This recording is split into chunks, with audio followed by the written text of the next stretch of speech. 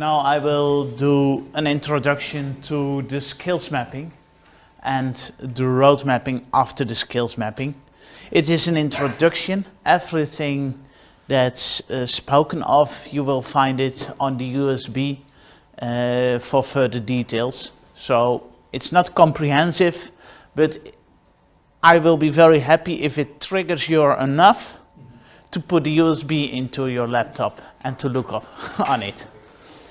All right, we have worked within TRAC on a common methodology for the mapping of skills and qualifications, and that's done based on the build-up skills experience, who is known with a build-up skills project or the build-up skills initiative. Please, nobody, one. The Build-up Skills Initiative is an initiative from the European Commission, and in each European country skills mappings have been made for craftsmen. And what we have done within TRAC is that we have taken the same methodology and upscaled it to professionals and make it usable for skills mapping for professionals.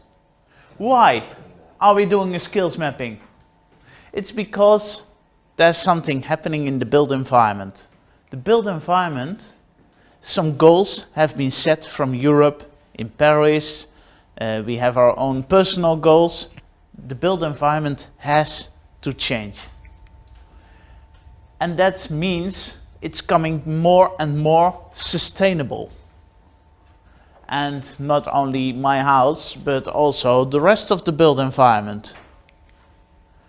And that has something to do with the craftsmanship or the professionalism of people working in the building and the installation sector. What we have seen is that there is a large cry for help, because many new technologies are coming up, and they are still in the coming years, other new technologies will arrive. And most of the craftsmen, and I assume personally also most of the professionals, do not fully comprehend what will be the impact of those new technologies on their work. And one of the goals with the skills mapping is that we can get a good understanding what happens when you are using these new technologies, what will change in the profession, what will change in the built environment. So that during the road ahead, we will have fit or up-to-date professionals and craftsmen working on sustaining the built environment.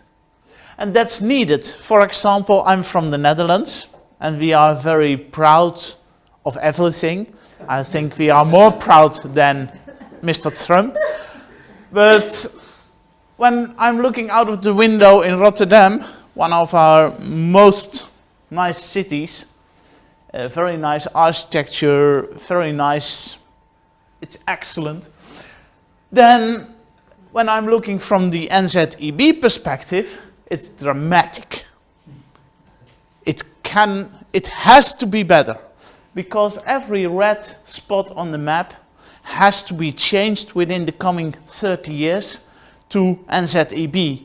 And at this moment we have a road ahead. We can build on infrastructure and on the building sector.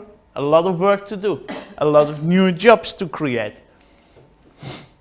For example, this is these are red buildings, and this is an nZEB experiment at this moment, how to retrofit a house within 1 day from red label to the greenest label that's possible.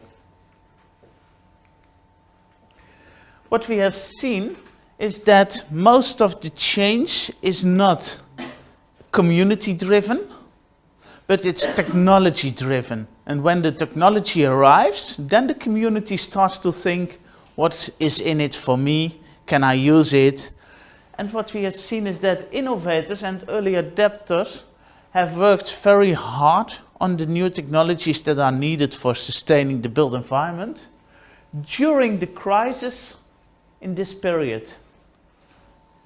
during that crisis, the new technologies became mature. And what we are seeing now, from 2015 till now, is that something you can call a green gulf is going from the innovators and the early adopters. And personally, I assume that for the Netherlands, it will arrive at the early mass within the coming 3 years. So we are in the middle of an exciting time. Because here, 1 out of 1,000 customers are asking.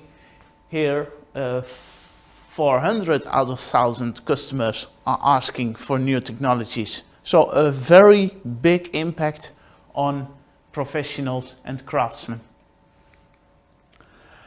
And when you want to be a professional, you have to train. It's a matter of fact. You have to look to other professionals, how they are performing. You have to check if you can do it yourself, because if you do not train, this professional is not able to do his tricks. And when he has done his training, then the strength of the green gulf will keep him on the top of the gulf. So it's a combination of training and timing. And I think the timing for trainings in nZEB, it has to be done now. Because the gulf is coming. If you want to be on top of it, you have to be fit for the future. You have to be prepared. What have we done? For example, an installation designer. He is doing his work today.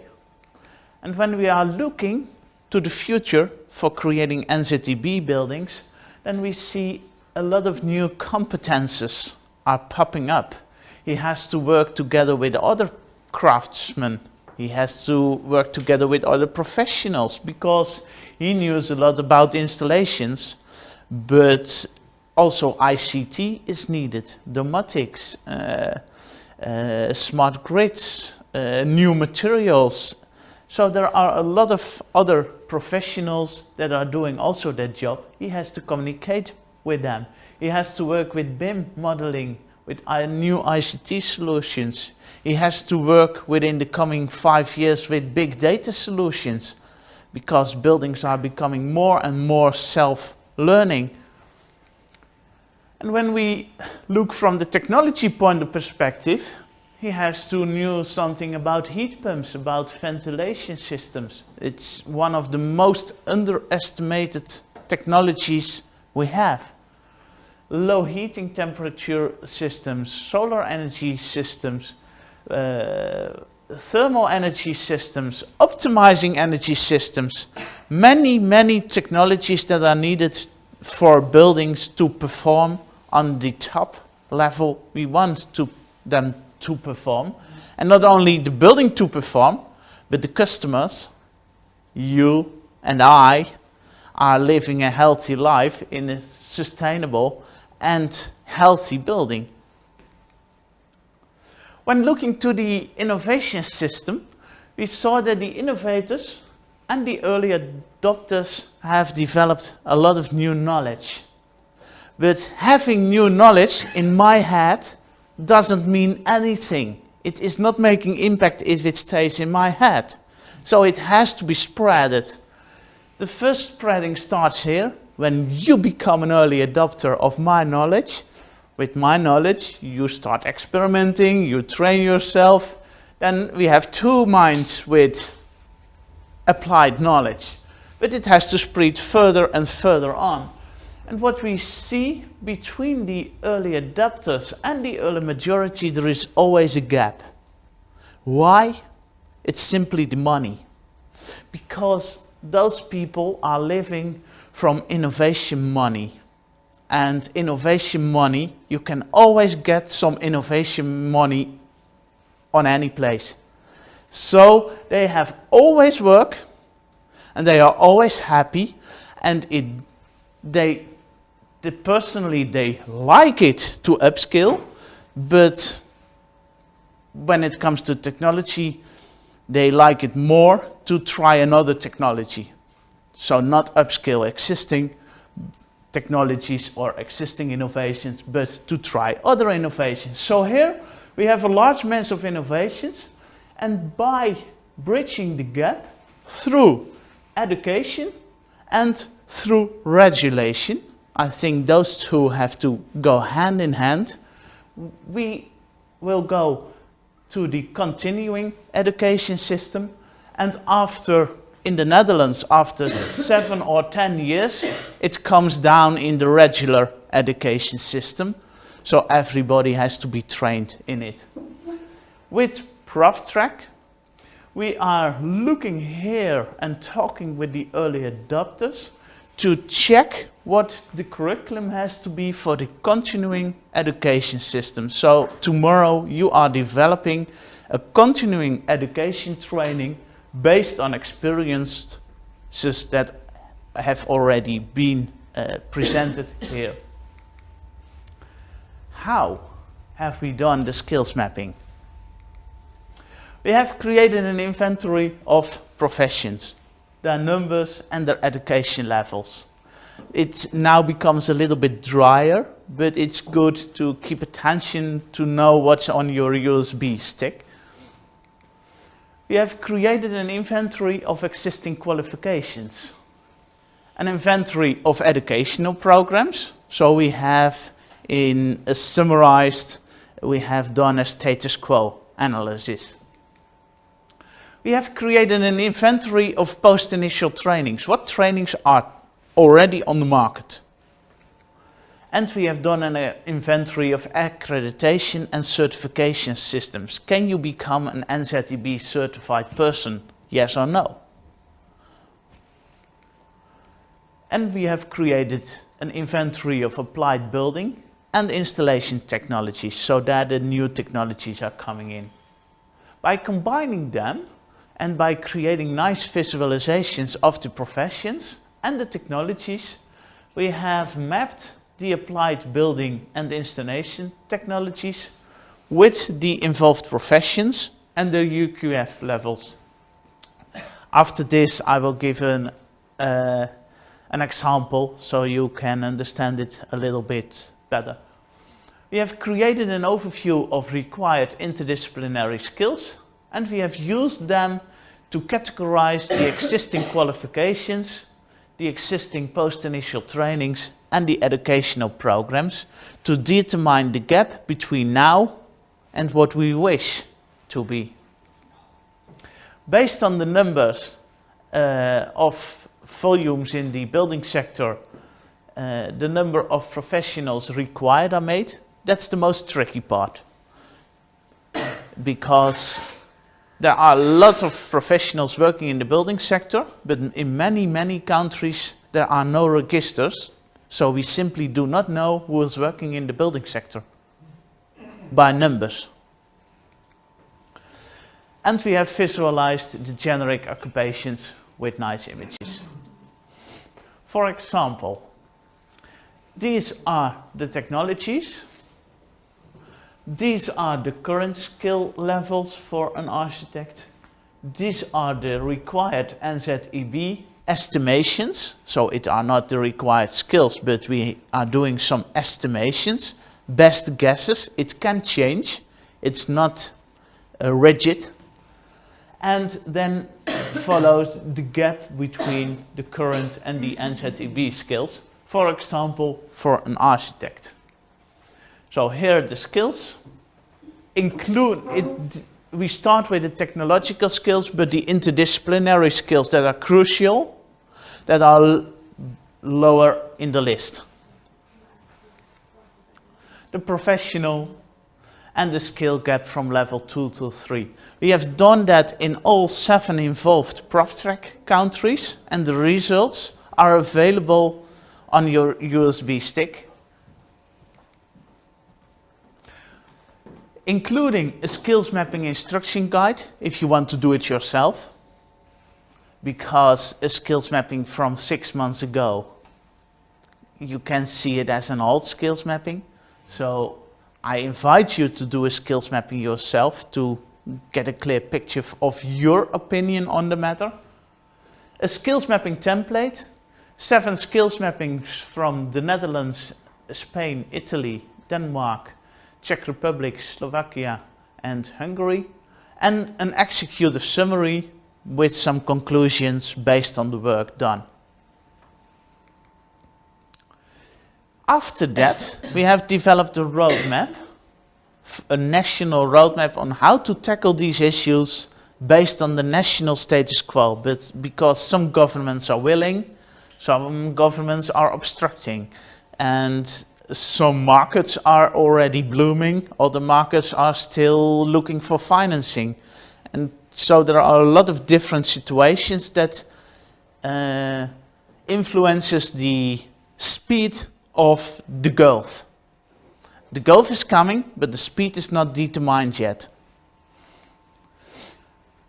There we have compared the existing qualifications, the skills levels with required and the gap described.